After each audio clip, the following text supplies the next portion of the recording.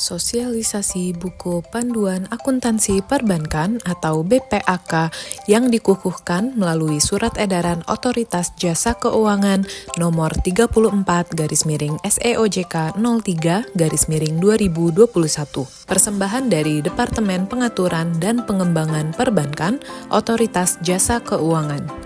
Bab 16. Transaksi Jasa Perbankan. Transaksi jasa perbankan.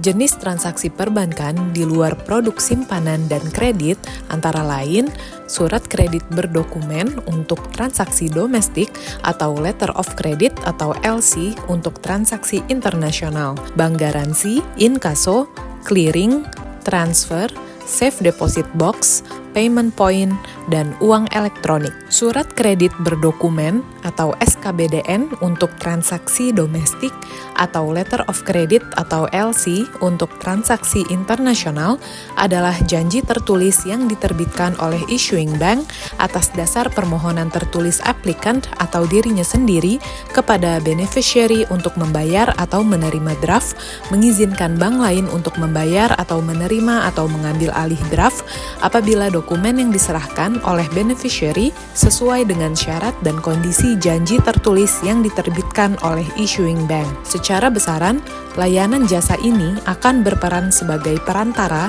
yang menangguhkan pembayaran sampai terpenuhinya transaksi antara dua belah pihak. Bank garansi adalah jaminan dalam bentuk warkat yang diterbitkan oleh bank kepada nasabah yang mengakibatkan bank akan membayar kepada pihak yang menerima jaminan apabila pihak yang dijamin mengalami wan prestasi.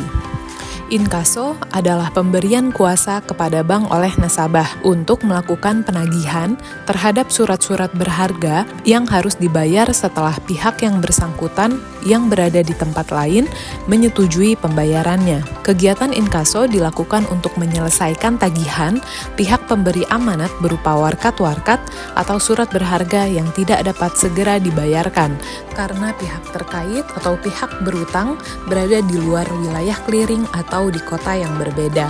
Clearing adalah proses yang dilakukan setelah terjadinya transaksi pembayaran yang mencakup aktivitas merekonsiliasi, mengkonfirmasi, dan menghitung hak dan kewajiban para pihak yang menunjukkan posisi akhir, hak dan kewajiban para pihak sebelum penyelesaian akhir atau settlement dilakukan. Payment point atau rekening titipan adalah fasilitas yang disediakan bank kepada masyarakat untuk dapat melakukan pembayaran atau pembelian suatu transaksi jasa pihak ketiga. Produk yang dapat ditransaksikan melalui jasa payment point biasanya adalah jasa suatu badan atau perusahaan yang diperlukan oleh nasabah secara periodik, seperti pembayaran tagihan listrik pada PLN.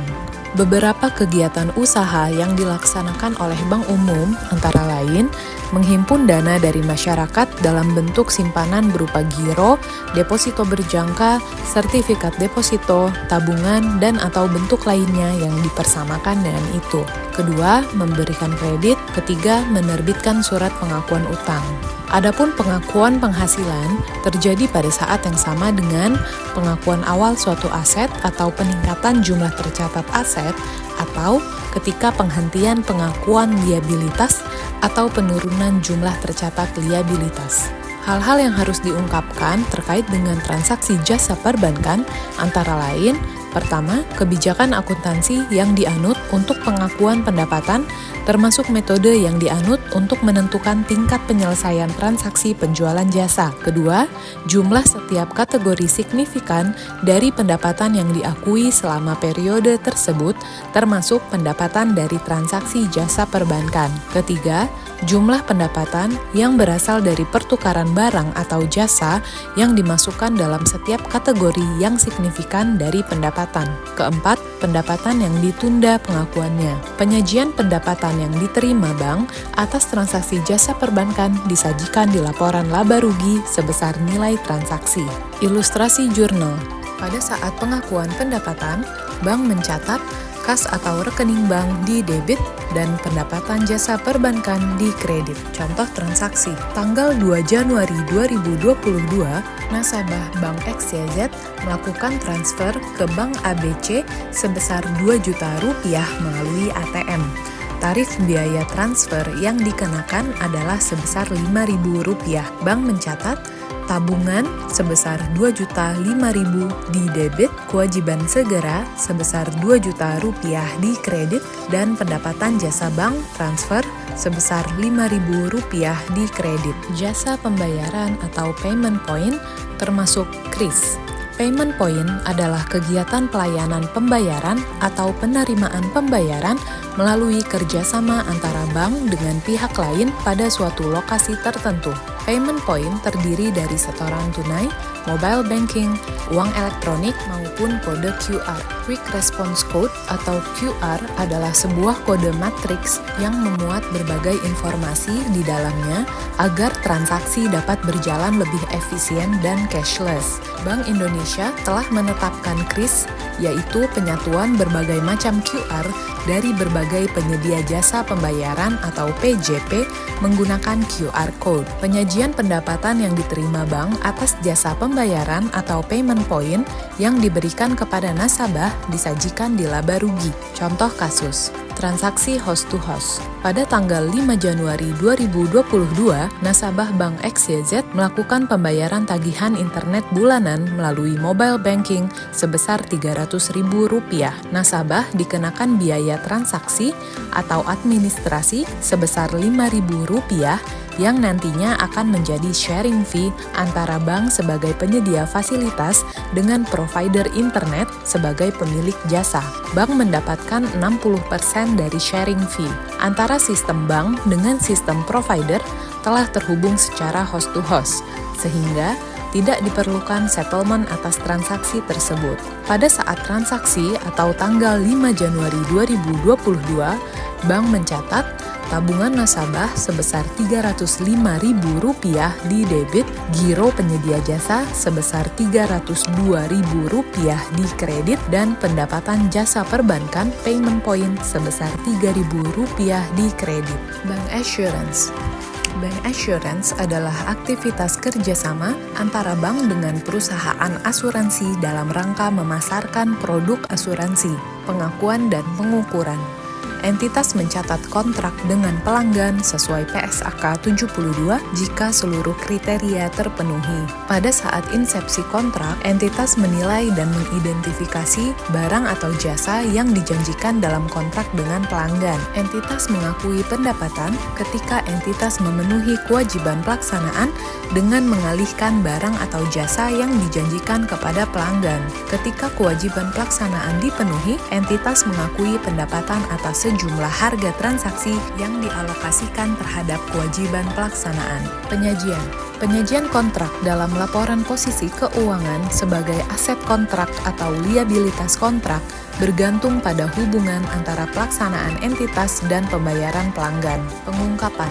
Entitas mengungkapkan informasi kualitatif dan kuantitatif tentang seluruh hal sebagai berikut: kontrak dengan pelanggan, pertimbangan signifikan dan perubahan dalam pertimbangan, serta aset yang diakui dari biaya untuk memperoleh atau memenuhi kontrak dengan pelanggan. Contoh kasus, Bank Z memberikan kredit kepada nasabah A sebesar Rp100 juta. Atas kredit tersebut, Bank Z bekerja sama dengan pihak asuransi dengan memberikan asuransi jiwa kredit dengan premi 1,5% per annum dari total plafon pinjaman dengan covering sebesar 100%. Pada tahun kedua, nasabah A meninggal dunia sehingga Bank Z dapat melakukan klaim kepada pihak asuransi untuk menihilkan pinjaman nasabah A. Bank Z menerima fee dari pihak asuransi sebesar 0,5% dari plafon pinjaman. Atas transaksi dimaksud, bank mencatat: pertama, transaksi covering, jurnal pembayaran premi asuransi, simpanan nasabah amortized cost sebesar Rp1.500.000 di debit, giro asuradur amortized cost sebesar Rp1.500.000 di kredit. Kedua, pelimpahan fee-based income. Jurnal Pembukuan Kependapatan Fee dari Giro Premi Asuradur. Giro Asuradur Amortized Cost sebesar Rp500.000 di debit, pendapatan Bank Assurance sebesar Rp500.000 di kredit. Ketiga, klaim. Dikarenakan nasabah meninggal dunia, hasil klaim timbul dan akan digunakan untuk melunasi kredit. Sisanya akan diserahkan kepada ahli waris nasabah dengan asumsi sisa pinjaman di tahun kedua sebesar Rp95 juta.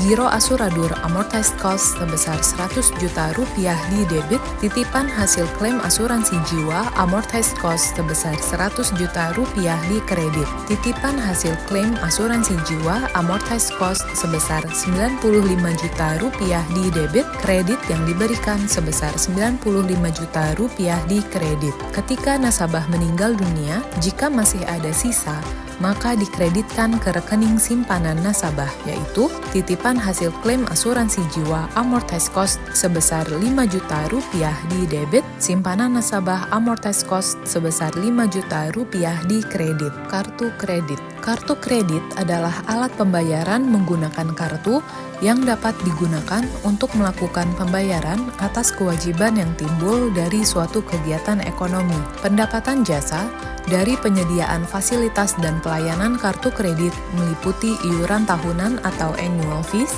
transaction specific fees, sebagai contoh late payment fees, over limit fees, dan foreign exchange fees, serta interchange fees. Iuran tahunan kartu kredit dibebankan kepada pemegang kartu berdasarkan syarat dan ketentuan perjanjian kartu kredit yang mewajibkan bank untuk menyediakan sejumlah fasilitas dan layanan kepada pemegang kartu. Jasa interchange fee atau merchant fee adalah pendapatan jasa yang diterima bank setiap saat pemegang kartu menggunakan kartu kredit untuk pembelanjaan barang atau jasa dari merchant. Biaya jasa transaksi tertentu seperti biaya balance transfer dan biaya cash advance merupakan bagian dari suku bunga efektif atas kredit yang dioriginasi dan diakui sebagai pendapatan bunga. Ilustrasi jurnal. Ilustrasi jurnal kartu kredit. Pertama, iuran tahunan. Iuran tahunan yang dialokasikan untuk pemenuhan kewajiban pelaksanaan, maka porsi tersebut ditangguhkan. Bank mencatat alokasi pendapatan iuran tahunan ketika membebankan iuran tahunan.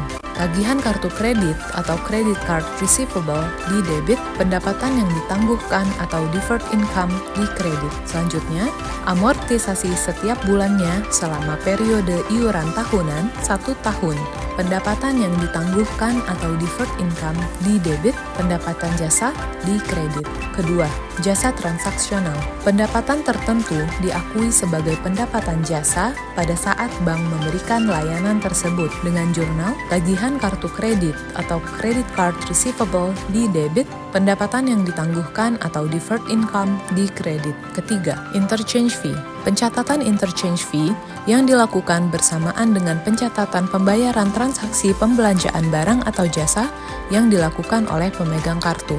Bank mencatat tagihan kartu kredit sebesar jumlah pembelanjaan di debit, pendapatan jasa interchange fee sebesar persentase interchange fee yang disetujui dikalikan dengan jumlah pembelanjaan di kredit, dan nostro atau rekening penyedia skema kartu sebesar sisa jumlah pembelanjaan setelah dikurangi interchange fee di kredit. Loyalty treatment. Program penghargaan loyalitas kartu kredit atau Credit Card Loyalty Reward Program adalah program penghargaan di mana pemegang kartu diberikan poin penghargaan atau reward point berdasarkan pembelanjaan sesuai persyaratan yang dilakukan pemegang kartu di berbagai merchant. Pemegang kartu diberikan poin penghargaan untuk setiap pembelanjaan barang atau jasa yang memenuhi syarat dari berbagai merchant, dan poin tersebut dapat ditukarkan dengan berbagai penghargaan dalam bentuk barang atau jasa. Sementara itu, bank memperoleh pendapatan interchange fee yang dihitung berdasarkan suatu persentase dari harga transaksi pembelanjaan. Penghargaan loyalitas diberikan kepada setiap pemegang kartu, sekalipun tidak ada iuran tahunan yang dibebankan. Ilustrasi jurnal. Jika bank merupakan prinsipal dan mengalokasikan pendapatan iuran tahunan kepada kewajiban pelaksanaan program penghargaan loyalitas. Pertama, mencatat alokasi pendapatan iuran tahunan ketika membebankan iuran tahunan. Tagihan kartu kredit di debit, pendapatan yang ditangguhkan di kredit, pendapatan jasa di kredit. Kedua, pendapatan diakui pada saat terjadi penukaran poin atau telah kadaluarsa. Pendapatan yang ditangguhkan di debit, pendapatan jasa di kredit. Ketiga, biaya yang dikeluarkan untuk memenuhi kewajiban pelaksanaan. Biaya jasa di debit, kas atau nostro atau rekening supplier di kredit. Jika tidak ada pendapatan yang dapat dialokasikan ke kewajiban pelaksanaan sehubungan dengan program loyalitas, maka bank mencatat, pertama, ketika tidak ada pendapatan iuran tahunan yang dapat dialokasikan ke kewajiban pelaksanaan, bank tidak mencatatkan jurnal. Kedua, biaya loyalitas diakui ketika poin diberikan dan suatu liabilitas diakui pada saat terjadi penukaran penghargaan poin loyalitas. Bank mencatat biaya jasa di debit dan liabilitas kontrak di kredit. Ketiga, pada saat pembayaran ke supplier, bank mencatat liabilitas kontrak di debit dan kas, nostro, atau rekening supplier di kredit. Selanjutnya, jika bank merupakan agen dan bank mengalokasikan pendapatan iuran tahunan kepada kewajiban pelaksanaan program penghargaan loyalitas, pertama, mencatat alokasi pendapatan iuran tahunan, tagihan kartu kredit di debit dan pendapatan yang ditangguhkan di kredit. Kedua, pendapatan diakui saat terjadi transaksi pembelanjaan dan poin penghargaan diberikan. Pendapatan yang ditangguhkan di debit, pendapatan jasa di kredit. Ketiga, biaya loyalitas yang dikeluarkan diakui sebagai pengurang pendapatan pada saat poin penghargaan diberikan. Pendapatan jasa di debit, kas atau nostro atau rekening prinsipal di kredit. Jika tidak ada pendapatan yang dapat dialokasikan ke kewajiban pelaksanaan sehubungan dengan program loyalitas. Pertama, tidak ada pendapatan iuran tahunan yang dapat dialokasikan ke kewajiban pelaksanaan, maka bank tidak mencatatkan jurnal. Kedua, biaya loyalitas diakui sebagai pengurang pendapatan yang diperoleh dari transaksi pembelanjaan yang menyebabkan pemberian poin penghargaan, yaitu pendapatan interchange. Pendapatan jasa di debit, kas, atau nostro, atau rekening prinsipal di kredit. Buku panduan akuntansi perbankan dapat kamu unduh di situs web Otoritas Jasa Keuangan atau di SiKepo. Kamu juga dapat mencari dan mendapatkan peraturan terkait perbankan lainnya yang diterbitkan oleh Otoritas Jasa Keuangan di SiKepo. Terima kasih.